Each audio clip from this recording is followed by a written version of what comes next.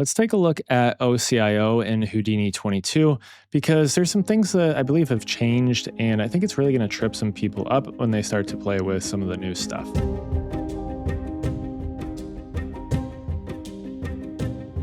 So I have a scene here. It's simply just our flippy with a material applied.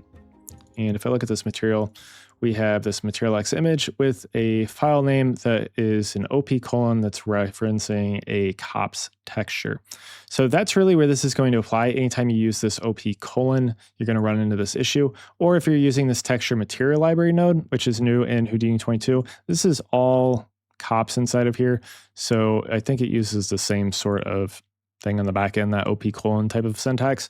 And so it's going to end up with the same issue.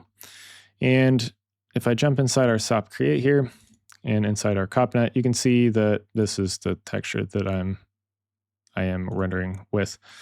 And let's take a look at the render settings. So if I go to our render settings here for our viewport, you see that says render karma render settings, which is the same thing that we have set up here in our node tree. This is going to be set to XPU. We'll render with XPU for both. And then also, if I take a look at our preferences under OCIO, this is the default Houdini config. The only things that I've changed is this render working space is normally set to Rec 709. I've set it to ASUS CG, and then the default is normally set to this ASUS 2065-1, I believe, and I've changed that to ASUS CG. So if I go ahead and render with Karma XPU in our viewport here, and let me actually display, get rid of our grid and set this to dark just so we have the exact same view.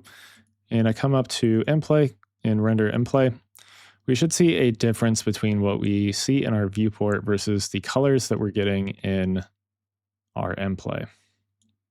And right away, you should notice it is pretty evident that they do not match. And we have the same settings here too. So sRGB display, and then this ASUS 2.0 Rec 709. If I look at this, same settings. This is the same config and everything. So very clear that this is a lot more washed out than the colors in our viewport. So there's a couple of different ways that we can go about fixing this. And I've reported this as a bug to side effects, and they gave me an answer, and then I kind of built upon that and came up with other solutions. So I'll tell you what they told me to do from the start. So we'll come to preferences, and then we're going to add a rule to our OCIO config. So click add rule, and we'll do cop texture is the name. Doesn't really matter. You can call it whatever you want. For the pattern, we're going to put OP colon and then a star. Sorry, not OP semicolon, but OP colon and then a star. And for the extension, we're just going to put a star for that. And then the color space, we're going to set this to linear Rec 709 sRGB. Now, I know it says changes only apply to new viewers and renders. For whatever reason, I cannot get this to apply to the viewport when I click apply or accept. I have to completely restart my Houdini. So you may run into that same thing. I'm going to go ahead and restart Houdini, and then I will show you what happens after. All right, so I have reloaded Houdini here. Nothing's changed in our viewport, but it has added a rule. If I look back at our preferences, our OCIO config, this rule has been added to our config file. So you can find that if you come to your documents, go to your Houdini 22 installation, there's a folder called OCIO. You can open up this file right here, and that will bring up this, and you can see that we've added this rule right here. So that's just going to tell Houdini that it needs to look for anything that uses that OP colon syntax, and it's going to apply the Rec 709 view transform to that. So if I go ahead and look at my render now, so Karma XPU, fire that up, you can see that our colors have changed now. And if I look at mplay, pop that open, we should see that they match between the two. So you pull this up, you can see, yep, they do indeed match now. So colors are matching, that's all good, except for there's one little problem with this, and that is your viewport colors don't match what you get with XPU. And that is because your viewport is, if you're working in ACES CG, your viewport here is going to show ACES CG colors. So if we were in Rec 709, it would show it in that linear Rec 709, that sRGB space there. So your viewport would look different than this. It would not be as like saturated. So we would get basically we would be seeing what we're seeing in our Karma XPU. So how do we actually get this to match between our viewport and Karma XPU? What I think is actually happening when you're using that OP colon syntax or this texture material library is it is writing to disk a file that is, I believe, in an EXR. So if I come back in here and come to our preferences and set this to ACES CG, and I click apply, that's for the EXR. If I click accept here, if I look at our viewport, we're still going to get that, but now if I come to our render wrap, click render to mplay, we should see a difference in the colors between the two now. And you can see very clearly again that our colors do not match.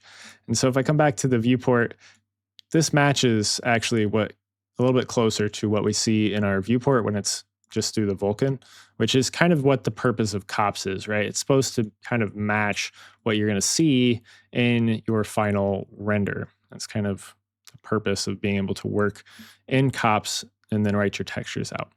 So there is another way that we can go about getting this EXR to write properly without having to like change anything, or I guess we can control which one of these are applied, which one of these rules are applied. So we can force it to use ACES CG if we wanted to, or we can force it to use, the linear X709, or if we want to just write to a PNG or a TIFF, we can do that as well. The way that we do that is through this SOP create. With the COPNet, we can put down this layer attribute create. I'm going to unbypass that. We can set our name to save path with a type of string, and then we just specify what we want this to be. So I've got it set to EXR right now. And so that's going to still use that color. So if I change this back, well, it's not going to show, I guess. Yeah, well, so if I change this back to linear like 709, it's going to use that because that's what we have set in our OCIO rules. And now that we have that save path set, it's going to also recognize that it's supposed to be an EXR. Now, obviously, this is back to what we had before because it's already writing to EXR no matter what, unless you set this to something else. So let me just come back in here in our preferences. Actually, I'll pull that off for the moment. I'm going to set this back to that ACES CG. We already know that that's going to give us a render that is going to be more saturated.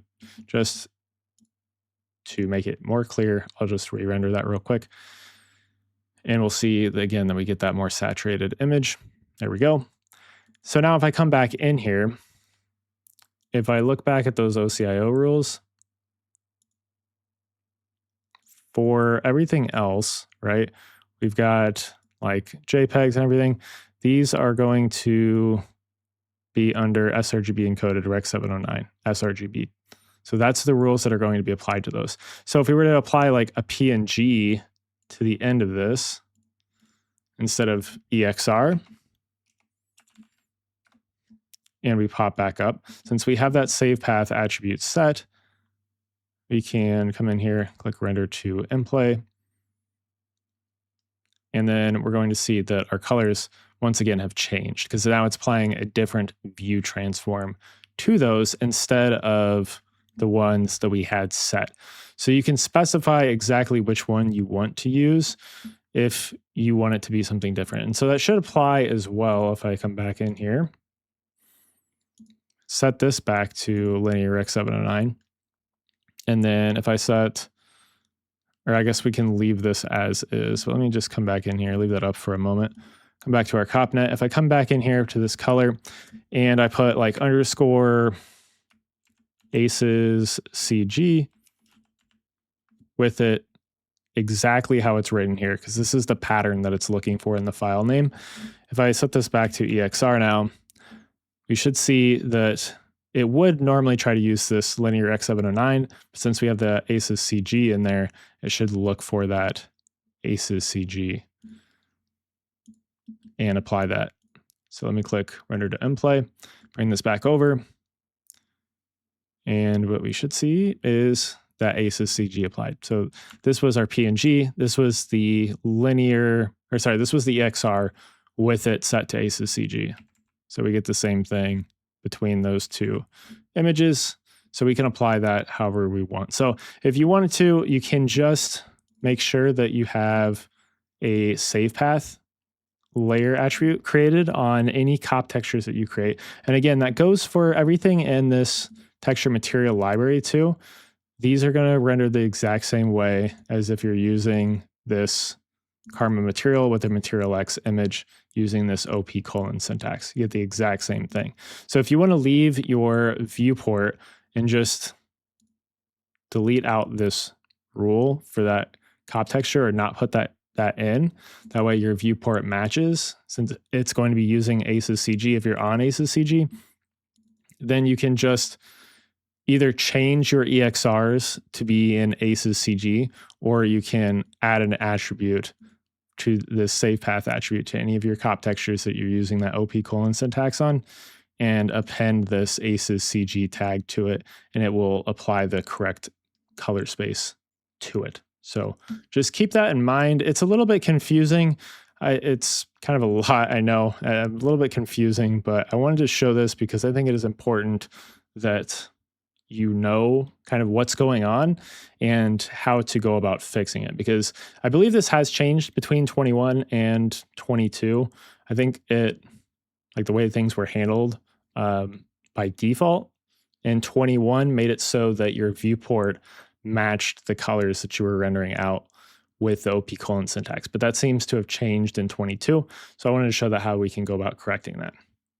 So anyways, hopefully this has helped you out with this. Hopefully you don't run into this now, or if you hadn't run into it, hopefully you just don't run into it at all. But if you have any questions, like I said, this is kind of a little bit confusing. I feel like it took me a while of going back and forth and closing and reopening Houdini to kind of figure out what was going on and really dissect how to fix it.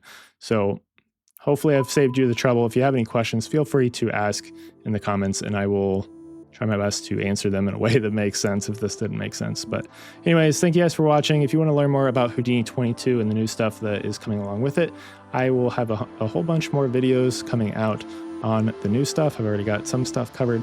I will continue to cover it as the days go on here. So make sure you stick around for those if you're interested in that. But anyways, thank you guys for watching and have a good day.